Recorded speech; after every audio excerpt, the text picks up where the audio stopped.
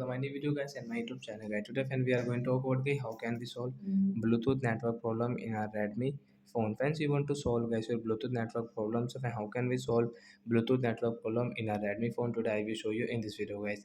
So before starting video friend, first of all you can subscribe the channel guys, click the bell icon, like the video. So friends, now let's see how can we solve Bluetooth network problem. First of all guys, we will on our phone setting. After on phone setting guys, scroll it and hence you can see guys your connection setting guys, tap here.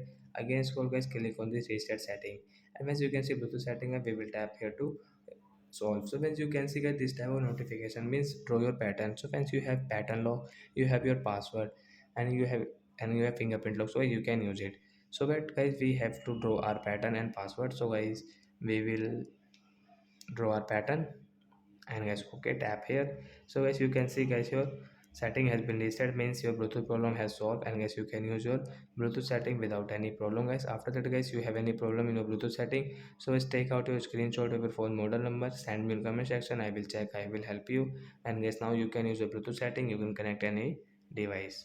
So that's it guys, thanks for watching the video guys, we will meet on next video, bye guys.